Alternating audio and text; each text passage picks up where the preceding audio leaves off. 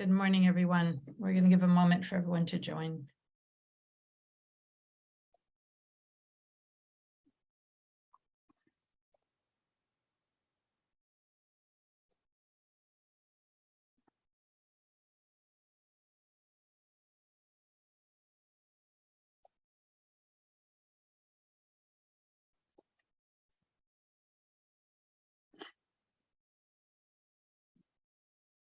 Good morning, everyone, and welcome to the webinar. My name is Johanna Kolomans-Beinen, and I am a program manager at the United States Energy Association in the Energy Utility Partnership Program. We are based in Washington, D.C. Please note, before I say anything else, that this webinar is being recorded and all the participants are muted with their video turned off. You are welcome and encouraged indeed to post questions either in the chat or in the Q&A, and my colleague Peter Lawrence and I will be monitoring them, and we'll pass them on to our colleagues as appropriate. This is the fourth in our series of energy webinars posted by USEA under its EUPP cooperative agreement with USAID's Bureau for Development, Democracy and Innovation, DDI, and co-sponsored by the Peak Load Management Alliance and by XM. The next one is tentatively scheduled for Tuesday, January 24th at the same time on the role of the distribution system operator, DSO, and interactions between DSO and wholesale markets, as well as the ISO role in DSO markets. In this webinar, this current webinar, our speakers will discuss integration of distributed energy resources onto the grid, interaction among existing and new players, and the impact of the increasing role of distributed energy resources, DERs, onto the grid. XM will kick off the discussion with the presentation on the Colombian context for this discussion. And before I turn the mic over to them, I would like to say a few words about our organization. To give very brief background on USEA, we are a nonprofit membership organization of energy sector stakeholders. We represent the broad interests of the sector by working to increase understanding of energy issues throughout the country and the world. USEA has two cooperative agreements with USAID, the Energy Utility Partnership, or EUPP, which is wrapping up and which this webinar is part of, and the Advancing Modern Power Through Utility Partnerships, or AMP-UP, which is just starting now. And I will put both the link to the webinar series, which is here, where you can see all the previous webinars. We have them recorded on our website and also on our YouTube page. We'll be posting this webinar on that page, on both pages, as well. And if you have any questions or suggestions, feel free to email them to me. And as I said, I'll be putting those two links in our chat. So now over to introduce our experts for today. Jaime Alonso Castillo Marin will kick things off first. He has been at XM, the system operator and administrator of the Colombian electricity market for 15 years, during which time he has held positions such as operation planning specialist and operation planning director. He is an electrical engineer from the Colombian School of Engineering. He's a specialist in has a specialization in regulation of the electric sector from the Federal University.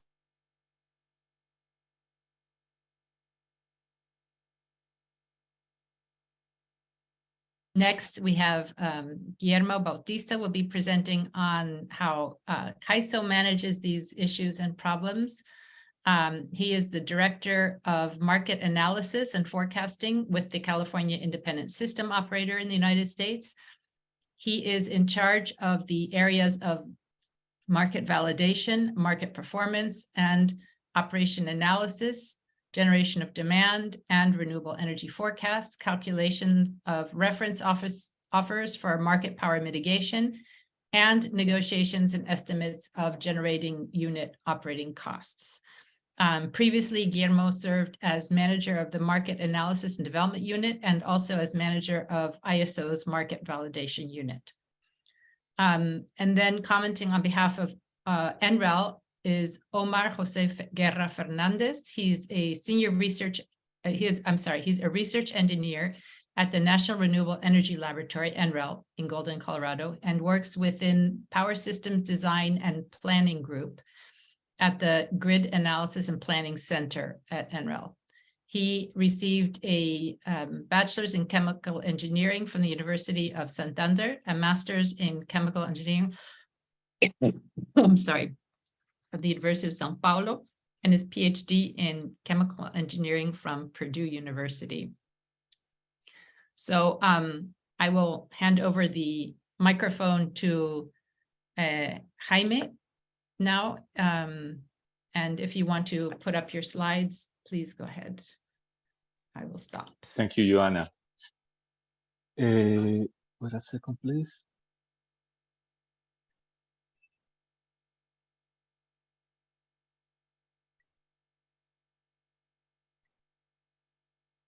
Can you see my slides right now?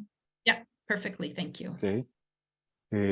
Hi, I'm Jaime Castillo. I'm going to share. I'm glad to share with you this webinar and share the context of Colombia.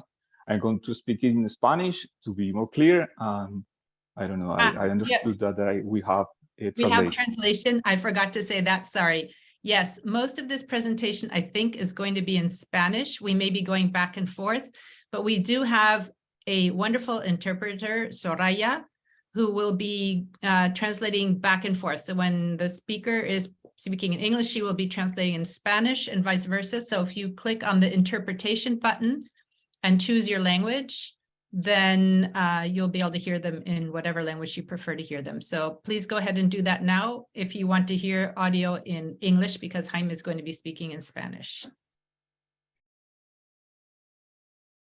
Thank you, Joanna. Okay, so I have 10 minutes today to give you the Colombian context on the integration of DER in the National Interconnected System. And to do that quickly, I will touch on 5 topics: relevant figures of the National Interconnected System. What did the mission said about this? What was the policy that we have nationwide? And the documents, the correct documents from our regulator that's been issued all this year, and a proposal that is given by XM regarding this topic. So let's talk about the National Interconnected System.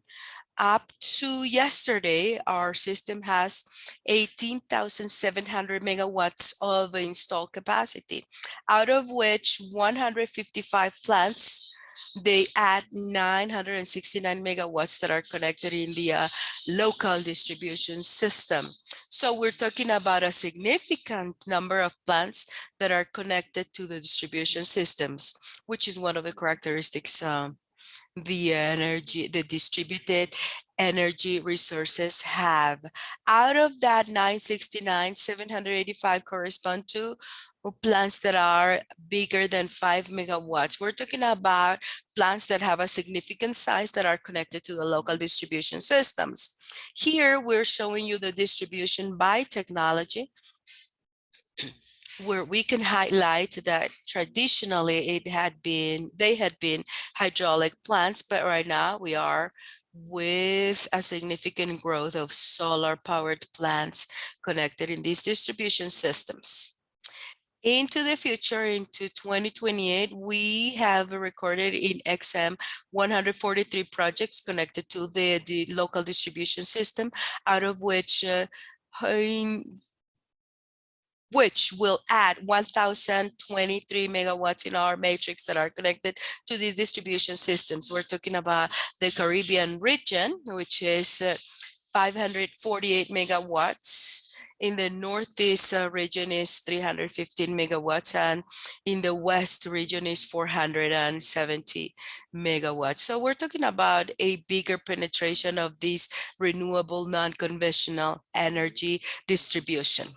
So the mission for energy transformation is an initiative that was brought from the government to give us a roadmap in several fronts. The second one talked about modernizing the grid.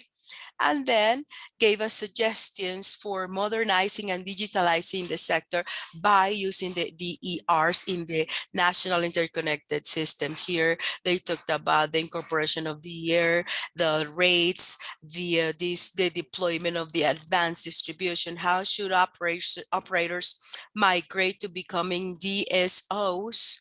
And I would like to highlight that three big results of or conclusions of these missions were: first, it refers to that it was necessary to define the nature of the aggregator and how they need to participate in the market. The second one, that in the future, it is going to be necessary to migrate into an operator of a DSO, and that has to be operating through a decentralized hybrid system. And then we need to have general criteria to plan the operation with considering DER and the impact in the demand. So with these three lines given, or these recommendations better, we started to create the policy. Here in Colombia in 2022, in August 2022, we have the first resolution issued by the Ministry of Mines and Energy that was aimed at setting the guidelines for incorporating these DERs. Now, first, gives the definition, the final definition, if you will, of the framework of DERs and how they are understood in Colombia. And it says, what are these DERs? It also clarifies that. And then it makes CREC responsible of a series of tasks that need to be guided by some requirements by the ministry regarding the man response, storage systems, the activity of aggregation that we just saw, participation of DERs in the wholesale market, and in the future of being able to give services in the distribution systems, among other topics. Another relevant aspect given by the policy in Colombia, this resolution by the ministry, is setting the guidelines by recognizing that there could be some conflicts of interest among the agents, the grid operator, DERs, and in terms of not having obstacles for these distribution systems, how they need to participate in the market and operate. After that, it also sets the guidelines to plan expansion by the ORs, which are the ones that manage this distribution system, and the expansion of the grid in the national system. And it makes the UPME responsible to have one centralized system where all DER projects are. With this policy in 2022, the CREC, which is the regulator in Colombia, has been issuing a series of documents that are aimed at building or materializing the regulation of the policy. In 2022, we have issued topics about electric mobility, roadmaps for the response of the demand of the SIN. It's issued two studies, one regarding the definition of the activity of demand aggregation, and another one about the potential of the storage systems in the SIN and how they should participate in the wholesale energy market. And also it is stated that in their roadmap they have for 2023, they have that very, very present.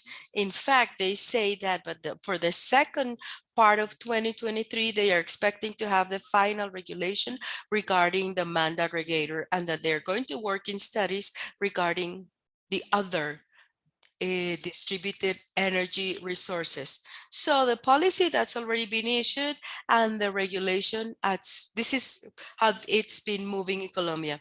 We as XM, the operator of the National Interconnected System and the manager of the wholesale energy market, have added energies to contribute to this discussion. And we have been also working on a parallel topic and have sent proposals to the regulator. By aligning with the terms set by the experts on the mission of energy transformation. The architecture to integrate the ERs in the market and into the operation, we have decided to take a hybrid structure, as the transformation mission had said, where DERs have the possibility to participate, or they need to have the possibility to participate in the MEM, or in the services in the distribution system market, directly through aggregators or with a DSO. This was set by the mission, what XM has done through consultancies as part of this hybrid structure. We have different colors and different levels or different architectures that can be used. And then we can talk about this one, for example, which is like architecture number one, which is the closest to the operation we have today. And it will evolve, and it could get farther from today's operation. To that sense, here we have the operational relationships and the market in a summarized manner that could exist as part of these hybrid architectures, where the architecture called as one is saying that the aggregators in the operational part respond to OR and they to XM, but the aggregators will deliver the services directly and only to the wholesale market in Colombia. In architecture too, the evolution happens in DSO. There are markets or services in the system where aggregators can have access to from the distribution market. So DERA is the one that decides whether they participate in the wholesale market or they are part of the distribution market, giving services, delivering services. As a third possibility is that with a stronger DSO, always owning the role of the operator of the distribution system, they collect all the services rendered by DERAs, use them for the distribution system, and in a centralized manner, brings them to the wholesale market. So these are the three colors of that hybrid architecture for the market distribution. XM has shared them and has proposed a roadmap to the regulators so that we can start and initiate with a transition period to develop the regulation as required, which is where we are right now. And the idea would be to start operating in 2025 with the aggregators, and for these aggregators to give the services to the wholesale energy market. The operation would be done through the ORs and the grid operators under the coordination of XM. After that, the consolidation stage, we will migrate to an operation where we have a DSO, and then we would go and decide what would be the market piece with this DSO. DERAs with DSO or DSOs directly to the wholesale market. Under this context, and I don't want to take longer, and I don't want to take the time of the people that are going to be sharing their experiences. Today's webinar, we want to, as the objective, we want to know the objective of the experience of the new actors we're going to have, the aggregators mainly. What is their integration between them, the new ones and the ones that are existing, the conflict of interests that can happen with these new actors, and the impact of these DERs in the network, in the grid as such. The increase of uncertainty, how to prepare the operational planning, modeling, scheduling in this interconnected system, and a more advanced step, which is automating the operation of the reserves, given the volume all these resources will represent into the future, and the lack of possibility of operating this manually of these reserves. So thank you for your attention. I will be around just in case you have a specific question. And now I'm going to give the floor to my other partners so that they can share their experience.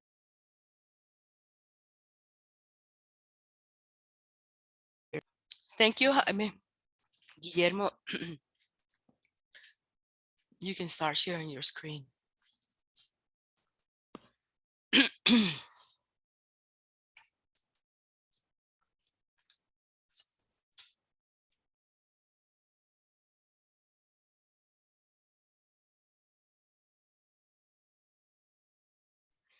Can you hear me? Yes, perfectly well. If you can, put your full screen. Okay, thank you. Thank you, Jaime, for the introduction, and thank you, Joanna, for inviting me to this seminar. It's a pleasure to be able to collaborate to USAID. I'm going to speak in Spanish because we are interacting with Colombia and being the focal point of the discussion. The material I'm going to share with you is really broad. It's a lot of areas of knowledge. I have tried to give a primordial approach to how these elements interact with the distributed resources, and I'm going to try to give you a more general context instead of going specifically into one discussion point. It is important to consider the idea of the mindset of each system. Each system has their own geographical, political, and economical ideas, and that gives us a good context to try and find the different solutions and find a solution to the technical issues. There are many solutions regarding technique that not only are determined by the need, but also by the type of solutions that we need to find for the technical problem. We're going to start with the presentation. It is important to talk about the context of the material. It has to do with the system that we have in California ISO, and it is specific to our system. And of course, it is important to bring the context of the condition of the systems. We are a controlling area, which is part of what we call the WEC, which is the one that handles the reliability of the west of the United States. We are one of the 38 control areas. We serve the demands of almost 80% of the state of California. In real time, we have services not just for the state of California, but also to other areas of control in the west side of the United States. Our system that has to do with the control area of California, it is a market of about $12 billion. What is the main function? And this is very important, I think, because it gives us some reference on the roles and responsibilities of each agency that has to do with California electric system. We are an independent entity that have to do with the wholesale market alone. We don't do anything that is specifically to the distribution system. And our main function is to keep the lights on, reliability and operation of the system. We do this through a market, an electric wholesale market, not just for energy, but also for the reliability products. We also have a process. We are responsible for handling the interconnection of new plants and the expansion of the system. To bring some context and to see how we deal and integrate these distributed energies, it is important to have the reference on how we operate. Our main function is the operation of a system in a reliable manner, but we do that through an electric market. Our market, generally speaking, is made up of two elements. One is the day-ahead market, where we have a wholesale market where we identify the optimal moments for generation and demand, and this is done by a market that is done that we call real-time market. This real-time market has two components: a 15-minute market and a balance market that is done every 5 minutes.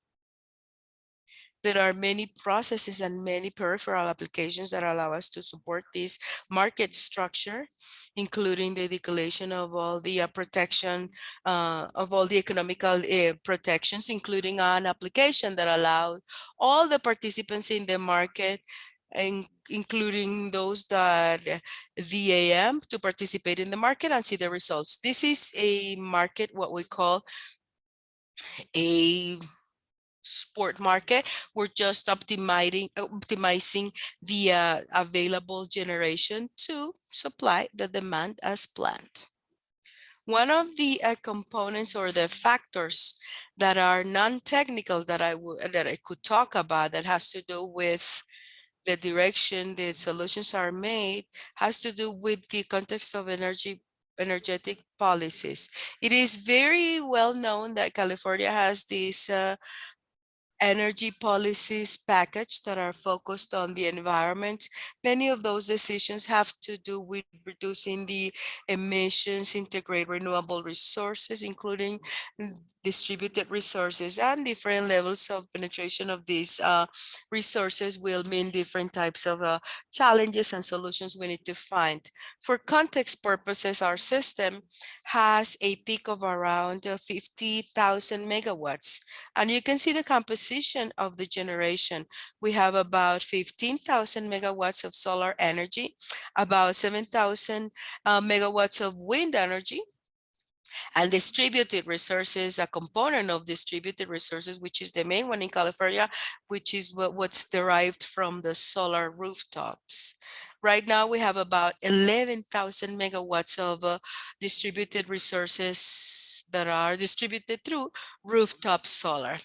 And of course, we have the projection of increasing that this is going to continue to increase. And we think that by 2026, we're going to have 4,000 more megawatts of renewable penetration.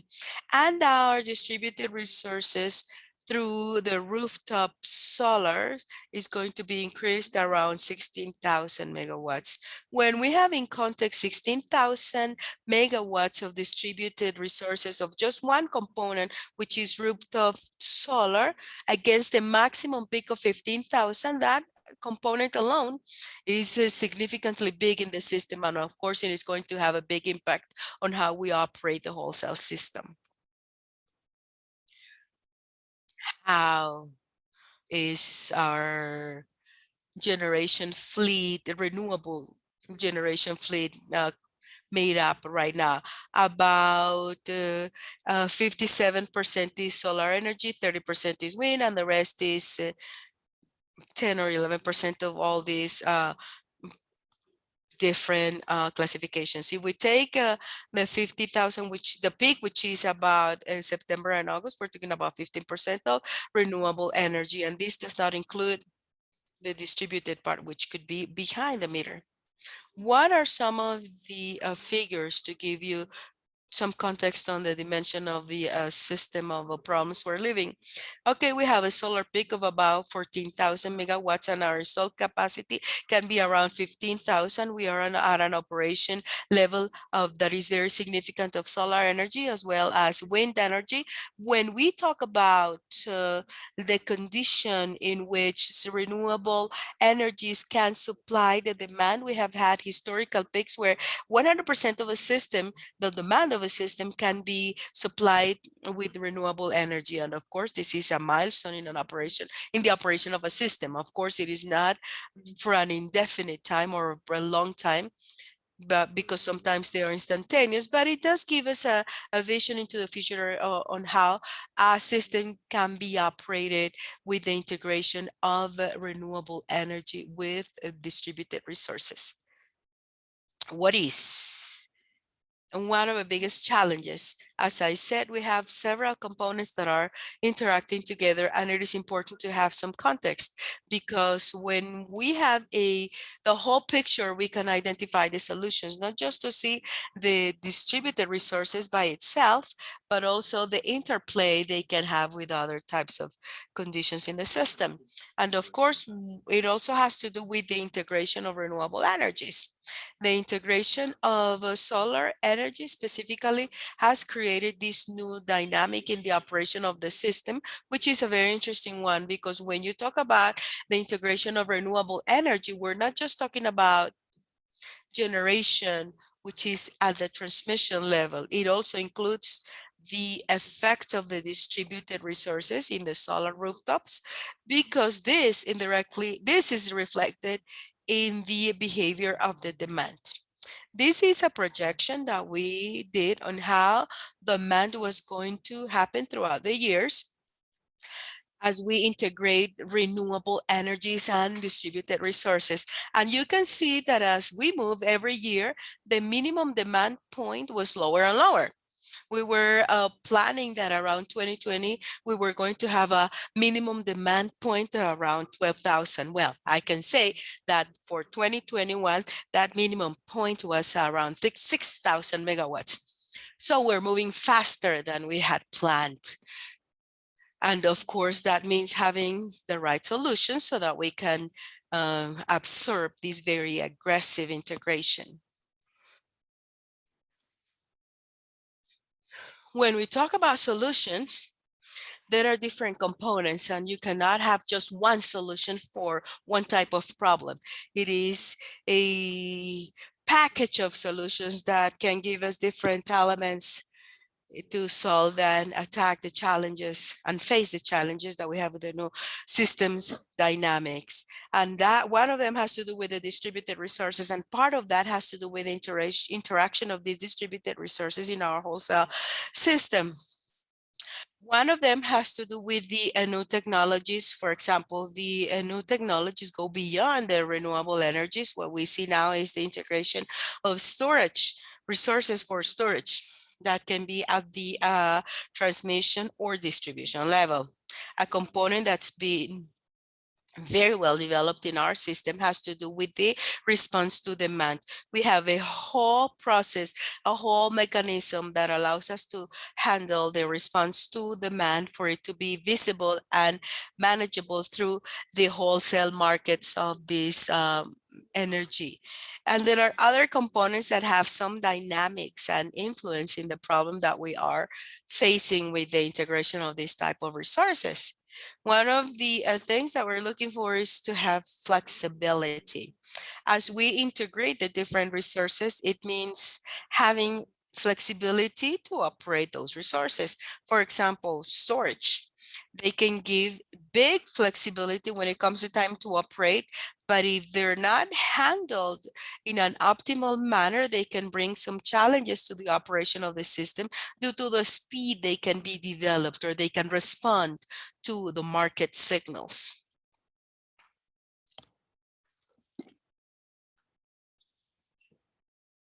When we talk about distributed resources, it is also interesting to say specifically what type of resources we're talking about.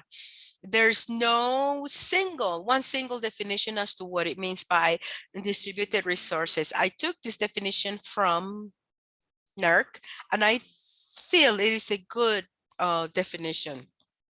It can be at the level of transmission or distribution, and it can also have an influence on the demand directly or supply.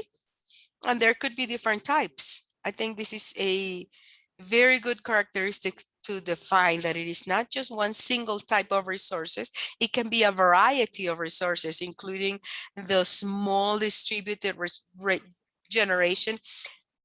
It could be what we call demand modifiers. It is not a resource that produces megawatts, but it changes or reduces the behavior of the demand, including the response to the demand. Recently, we have integrated these storage resources, and the new trend is also to integrate these resources by means of the effect of the EVs. I think it was like a year or 2 years ago that California, for example, went over the 1 million electric vehicles in the system. And when we're talking about 1 million EVs, it is going to have an effect on the system, in the electric system of the area. And that is one of the areas that we started developing to see what information and what we can do to take into account the effect of these EVs.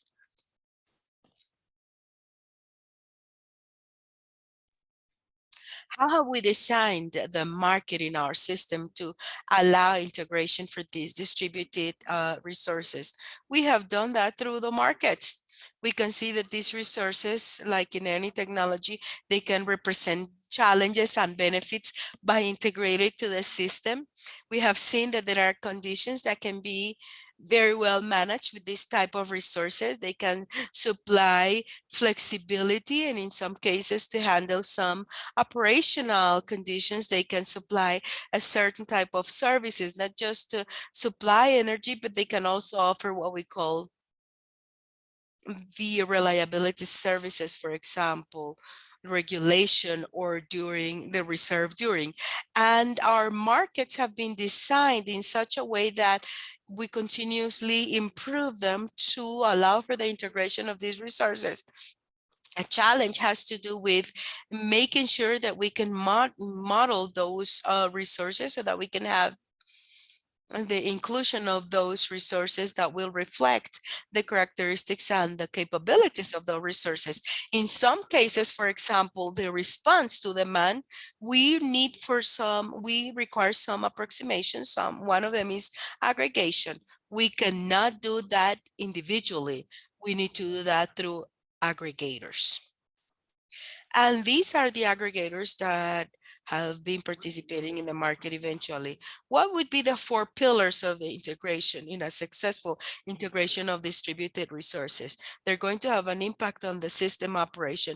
That is one of the most important points, which is having a reliable operation of the system. These distributed resources are going to have an impact on the demand curve. In some cases, they're going to mitigate the peak demand, and in other cases, they're going to increase the minimum demand.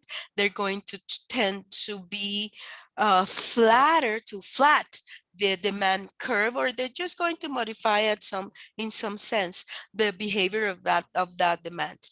There is something very important in California that has to do with adapting the capability, making sure that we have enough capability to supply our demand obligation. And these resources can supply for that guarantee because they can be available if we have the reliability of the resources that can be taken into account in the account mechanism as to how much capability we have to support the demand obligation. And of course, there are some economical incentives. These resources have a rational economical interest to participate in the market, and we need to create the market conditions that would allow them to participate in an economic field and have the benefit to provide these services, from providing these services. How have we handled this integration of the resources into the system? Well, this has to do with the context of how we are structured. California is an entity that has to do with the system operation. We're not the only entity. There are some energy policies, regulations, processes that are defined through those state policies, through other agencies that are handled through the state, like the California Public Utility Commission, and they define the roadmap or the path to follow. And our role as the system operator is to guarantee that we can have the mechanisms to allow for the integration of the resources. We can see the benefits of these resources, not just in the reliable operation of the system, but also in the displacement of polluting energies. For example, we have distributed resources in solar rooftops that mitigate the level of the demand. We need less conventional generation. We have storage energy that can feel the need of the demand. So in the end, it is like rebalancing the conditions of supply and demand that allow us to decrease the emissions, which is one of the main objectives of the state of California. How do we handle these distributed resources effectively in our market? As I said, we have a day ahead market, a real-time market. There's no difference in the way we handle these distributed resources. We have three variables for the model of these resources. One, which is specifically to give a response to the demand. We have two types. One that is called the proxy, which is the economical participation, and the other one that we call reliability. They are the same type. The conditions under which we give one type of resource or the other have to do with the conditions of the system. The advantage of this model is that it can be, you can use a conventional generation model that is similar to a plant for fuel supply. You can model a response to the demand with like a generation resource. You can define certain characteristics, including the minimum operation point. There are some points for demand response that do not start from 0 megawatts, but they have a minimum operation point. We have the capability of doing that modeling of the minimum discrete operation point. The only difference they have in our market is the mechanism or the condition under which they are activated. And they can only be activated when we are under an emergency state. And I have some more information about it to give you a context as to how significant these resources contribute into our system. We have a different type of modeling that has to do with a model that is not generation, and that allows us to model resources for transmission and distribution that can change their operating point from generation, not just from generation, but also demand. It is similar to what we call modeling storage energies that have a negative range where they can absorb energy which is a demand behavior, and then they have the other positive range, which is where they can discharge and give a service of supply, and we can model what is the optimal point of the operation where they can be at any point during the day. And we have another model, which is 2016, just to allow for the integration of distributed energies that can be an aggregated way into our system. To operate in our wholesale system, we need to have a minimum size of the resource for it to be visible to our system. And of course, if it is an individual resource, it's not going to meet the objective. So it gives you the opportunity to have aggregations. How?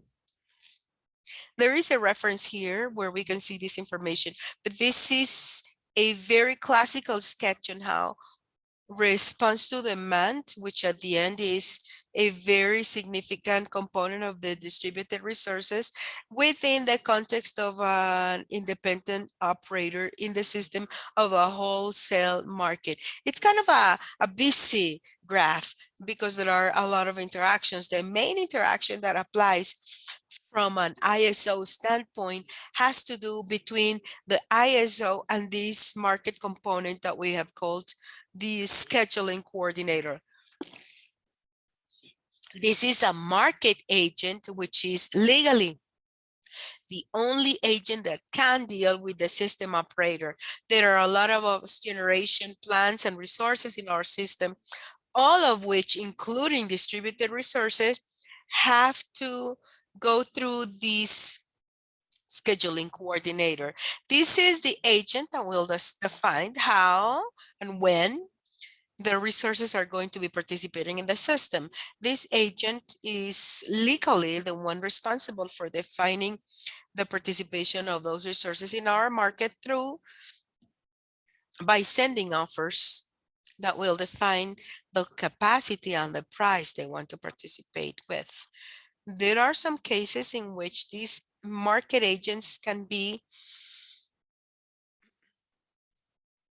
the agents that are obliged to supply the demand, what we call utilities. There are other agents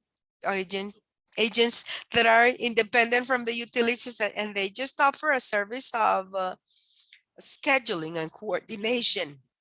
And there are many agents, including distributed resources aggregators that participate in our market through these markets. They need to do that through an agent, but these coordination agents, as I said, could be the utility itself, the entity that is in the obligation to supply the demand, or it can be an economic agent in the market. And from there, we can have several variations depending on the more specific structure of the system to be treated. In the California case, we don't have a DSO, an ISO. We don't have that. We have had several concepts to see if we can develop this entity similar to ISO, but we don't have the structure or that coordinator at the distribution level. It is directly to the companies that are responsible for supplying the demand that they have to, even them, go through this coordination agent. When we have this resource participating in the market, once we receive the offer, the quantity, the quality, and the price they want to participate with, our market is going to give the resources, including these distributed resources, and it's going to send a signal that can be in the day ahead market or in the real-time market, and that signal is sent back to the agents. There's some technology through which the real-time signal goes directly to the generation plant, to the distributed resources, so that they can follow the signal in real time. But in general, the economic structure is based on our coordination agents.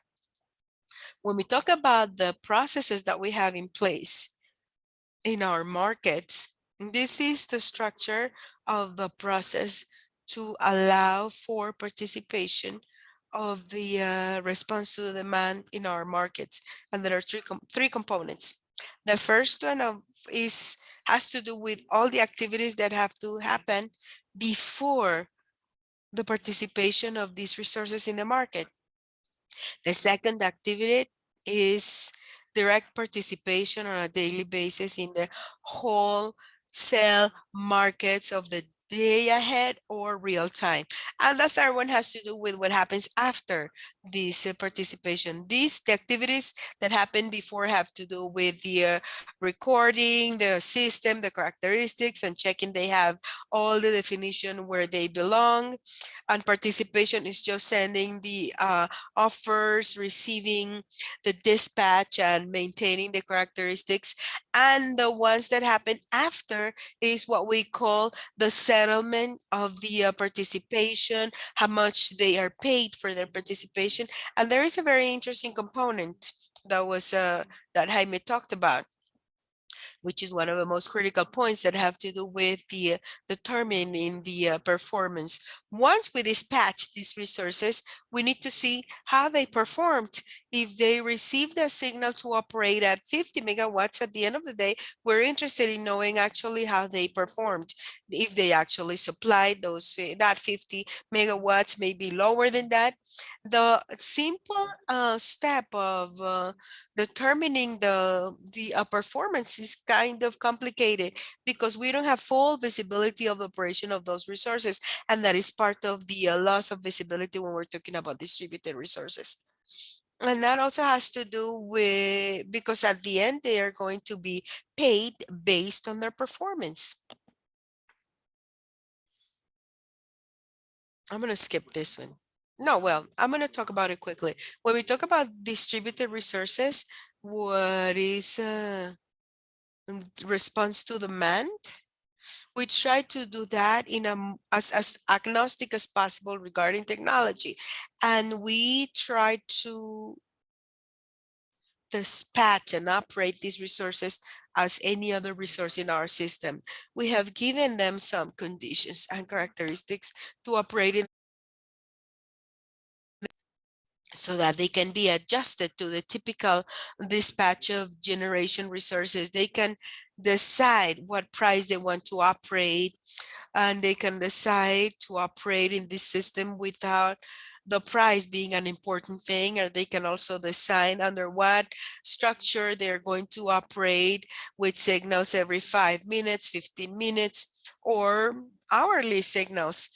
how they want to keep their dispatch profile through this system operation. We also have the capability of allowing them to be modeled in a discrete manner. So to have a minimum operation point that is above 0. What are the main challenges that we face in operating these distributed resources? One has to do with the limited capacity to see exactly what's happening with our resources. We have all visibility and no controllability for the resources that are participating in the wholesale market directly. After we go move forward, then we lose that control and that visibility because we don't know exactly where they are operating, and that means a lose of the current situation of the system. That is not ideal because having these blind spots is an under optimal operation. There is some need as we have more resources to have some coordination between transmission and distribution. We just, in our system, we just have the transmission system. We have all the conditions to have an optimal dispatch, but everything is at the level of transmission. What do I mean by this definition?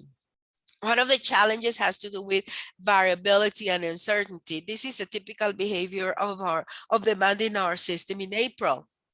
We took the same week of April for each year, and you can see that as years went by, the behavior of that demand has changed dramatically only because of this integration of distributed resources behind the meter.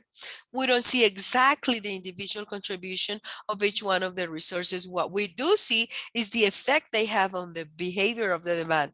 And for example, if we want to have a forecast of that demand, one of the critical points that we need is historical data to do a forecast based on the same environmental conditions, what's going to be the right forecast. Well, if we take a historical point of the demand, it is not really effective because now we have a change in demand yearly, and that represents a challenge only for generation of the right forecast of the demand on the daily operation of the systems.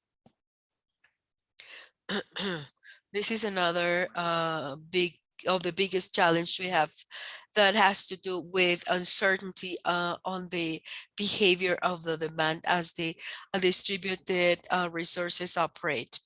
If you can look to the left, the red point is the current demand of a part of a system. The one in pink is a projection, is a forecast of the day ahead market.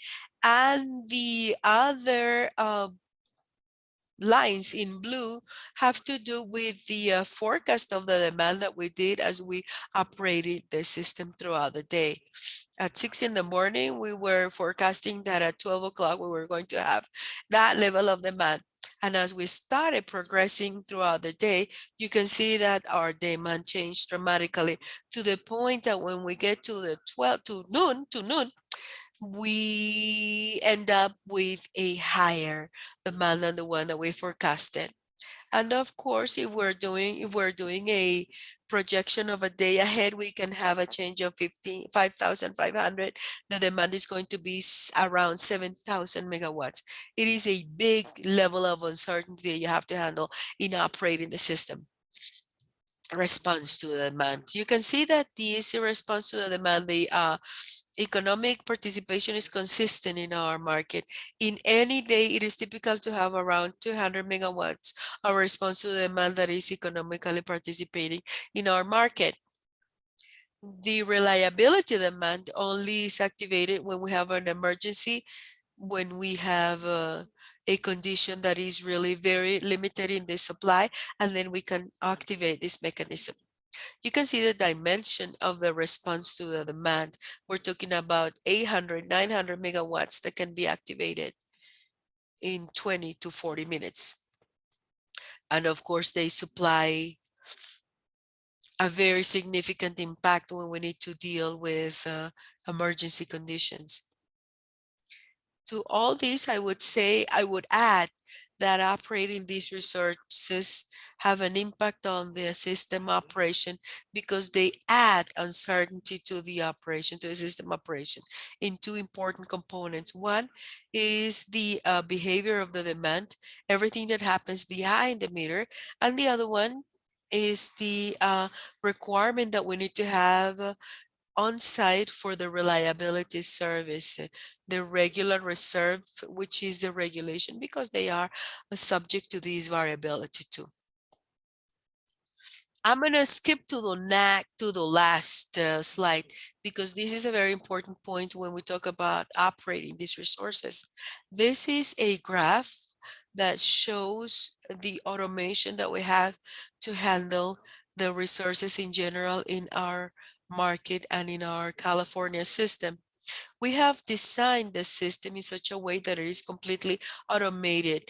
The real-time market generates an economic balance for each market for 5 minutes, and that signal is sent in 5 minutes. But we also have a forecast as to how we forecast that those resources are going to be dispatched 5, 10 minutes or in an hour ahead. Once we get the information, this has to do with visibility of the resources. This information through telemetry is retributed to the system, and then we can know exactly where the resource is operating, so that based on that operating point, we can send a signal for the next 5 minutes. This 5-minute signal is what we call an operational dispatch for the next operation point. And it is based on having the explicit information as to where the resource is operating through telemetry. When we're talking about distributed resources, we don't have this connectivity, we don't have this visibility, because it is going through a distribution system.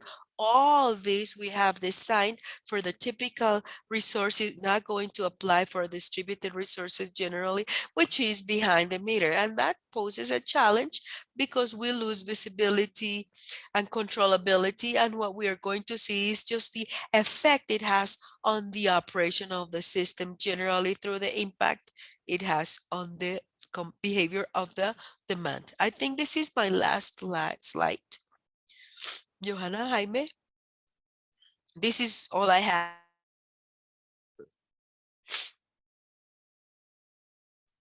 Thank you, Guillermo. Omar, if you want to make a comment and close. We're kind of behind.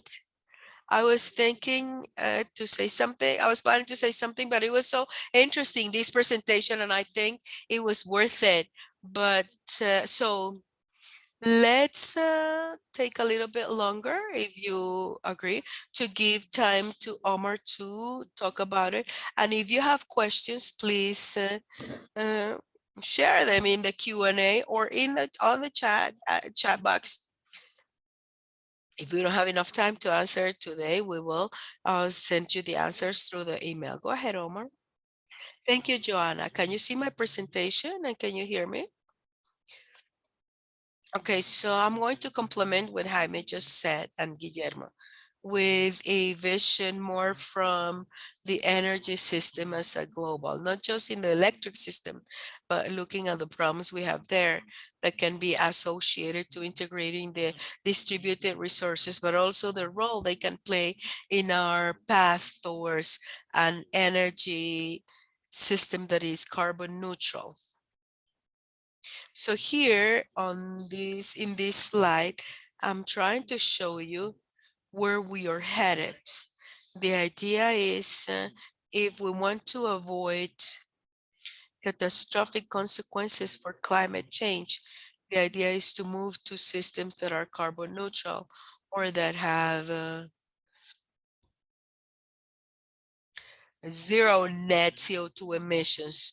We need to decarbonize the electric system, which is Jaime's and Guillermo's approach, but we also need to decarbonize the other sectors, industry, transportation, buildings, and to do so, we obviously the resources of distributed generation, not just distribution, but also demand. I'm talking about distributed resources can play a significant role. Guillermo talked about the EVs. They can play an important role because they can help us decarbonize the transportation sector. And in addition to that, what they're doing is connecting the electric sector to the transportation sector. So the distributed resources they are elements that can help us connect to different sectors through which it is hard to integrate wind and solar energy directly. So what we're going to do is we have wind and solar energy in the electric sector or system, and from there we can connect to the transportation sector through an EV. So you can have variable renewable energy into an application that is hard to be decarbonized, or which is classified as a sector which is hard to be decarbonized. Same for the industry and for buildings. So now we can have, for example, solar panels on the rooftops so that we can supply that demand. When you have access, you can inject to the grid. And of course, when you don't have generation of those panels, for example, at night, you can use grid energy. So these distributed resources are going to help us decarbonize other sectors with a vision to be carbon neutral in 2050. So we're talking about heat pumps, EVs, some flexibilities in the demand of the industrial or commercial sectors. You can have batteries. You can have a battery at home that can help you handle your demand for power, but also you can participate in the electric markets. So these resources are integrated in different sectors, and they are helping us move towards a global system that is carbon neutral. Here, I would like to talk about all these distributed resources is nothing but an option additional to a world of options that we have to decarbonize the transport sector and the electric sector. The vision here is that you're going to have a set of solution. You can have hydrogen EVs, battery EVs. You can change the mobility systems for a system that is more public, like hydrogen trains. So you have a range of options, and the optimal solution is going to depend on the specific case. In California, EV and hydrogen is very advanced. In other regions and in other countries, they have they have a specific taste for a specific type of technology. So there is a range of solutions. And selecting those options is going to depend on the specific case. What is optimal for California is not going to work for Colombia. Colombia has a lot of hydraulic resources, a lot of hydroelectric plants that represent like 70% of the generation. And systems are different. Of course, there is a human behavior that is also key. In some places, such as California, the solar resource is wonderful. You can use it to have solar rooftops. In other places like Canada or the Midwest in the United States, that solution might not be so attractive. So it's like that message. There is a range of options that can help us be carbon neutral, but the optimal solution is going to depend on the specific case. And there's also human behavior, which is going to determine I like this EV, I buy it, or I like a hydrogen car, I buy it, or I don't like any, and I stay and I keep my fuel car. So you need to adopt other type of solutions, political or regulations. What I wanted to show you here is like give you a cross-sector vision, how these resources are actually interconnecting and the electric sector to other sectors that have been far from this, like the transportation, the building, and the industry sector. So if this integration is going to increase through these resources, and it is going to be a two-way interaction, not just as demand, but also as generator. For example, if you have a solar panel on your rooftop, you are not just consuming energy from the grid, but you're also generating electric energy for the system if the market allows you to do so. So there's going to be an integration, a two-way integration, which is going to be, it's going to represent some challenges. And then here I want to show you what NREL does regarding integration of the systems, both distributed and in the large scale. Data is key here. To make decisions and to run models, we need data. With the increase of these distributed resources, we're going to have an increase in the data volume and of course uncertainty. Something that is important is the quality of that data. It is not just to have the data, so bad to have a quality, a good data quality. So that we can make the decisions. All these decisions are integrated. We cannot talk about distributed generation without taking into account transmission, for example.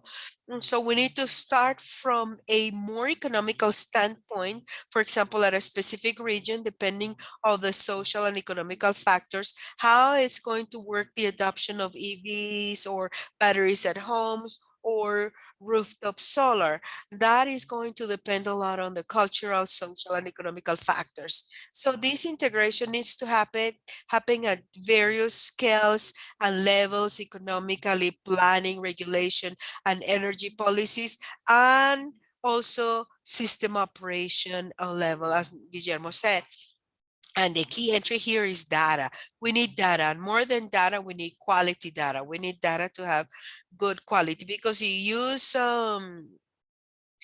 bad quality data, the decisions that you're going to make based on you can have a wonderful model, but if the data is not quality data, then the information that that model is going to give you is not reliable. I think I should stop there.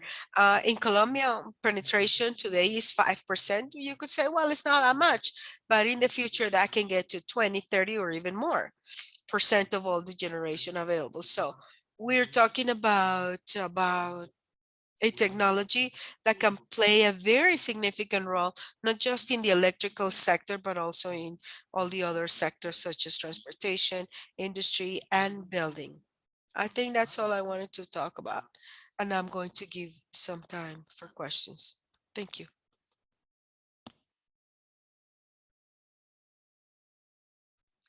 Thank you very much, Omar. I don't see any questions in the chat box or in the Q&A. So this is your last chance to make questions before we close this webinar. If there are no questions, then I'm going to thank you all, this wonderful team, Guillermo, Omar, Jaime. Thank you very much. That was extremely interesting. Just a little show of the complications, the challenges, and also the opportunities that theirs can give us. And we also, we have Janelle raised.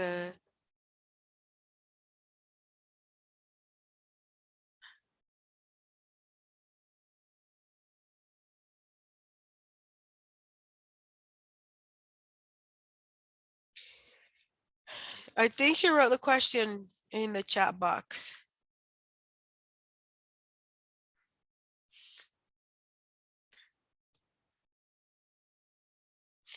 I cannot see it. No, not the chat, the Q&A. Okay, so we have two questions. One from Tanya Vendel. How have the users reacted? But I don't know what users. Well, let's assume, because it is an interesting question. The question is for Guillermo and Jaime. So since you have the users have had reactions in Colombia, and I'm sure in California, how have they reacted?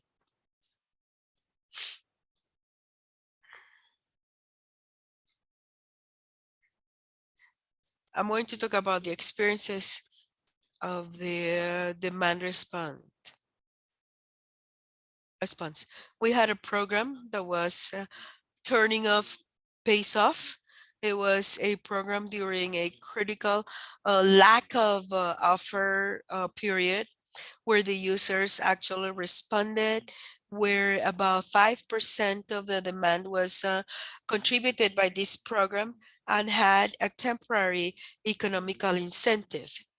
So what we were able to measure there is that the users can actually answer if you give them the right price signal. After that, we have another program, which is the voluntary disconnected unplugged demand, where the generators look for the demand for they to reduce their consumption and help them meet their obligations as generators in a mechanism that is called charge by reliability. It has a big potential.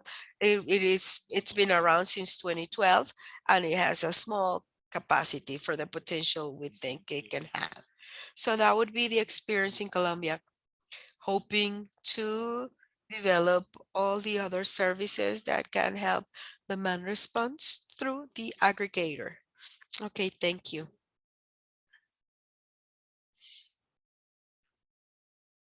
When we talk to the users, we're talking about demand response or to any other type of generation or user. We don't have a direct connection. What I can say is that all this is done through aggregators.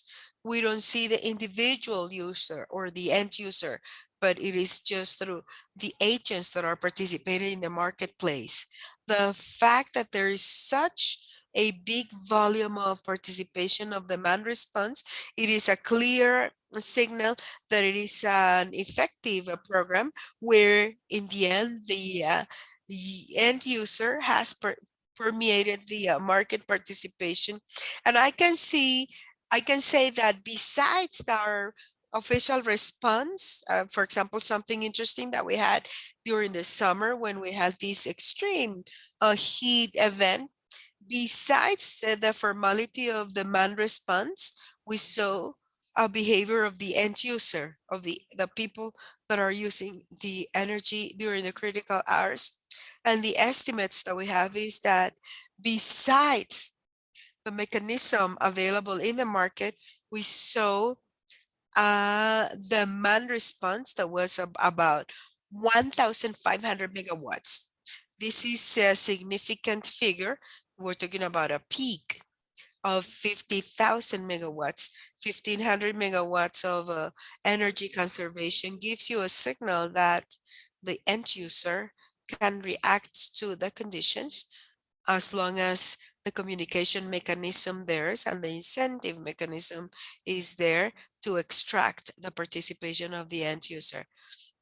And that is one of the points that haven't been formalized fully yet in a consistent and programmatic manner, because then you need to have communication to the end user and an economic incentive for them to participate. And that is where the rate of use and how much they get paid and how much they save because they participate. So they need to have an ideal rate to that will allow them to participate. What we saw was a reaction to the emergency conditions that we had, but I think there can be a mechanism that is designed to analyze that reaction in a more proactive manner through the market. Thank you, Guillermo. The now question is whether we're going to share those slides, and the answer is yes. In fact, I'm asking the experts here today to please send me your slides so that we can share them. We will share them as PDF. If we can, we will translate them, but I'm not making any promises because we don't have enough time. Maybe we're not going to have enough time. We have a last question. How do you consider electric mobility in the long-term and medium-term analysis? And we will close after that. For the California system, here it is part of the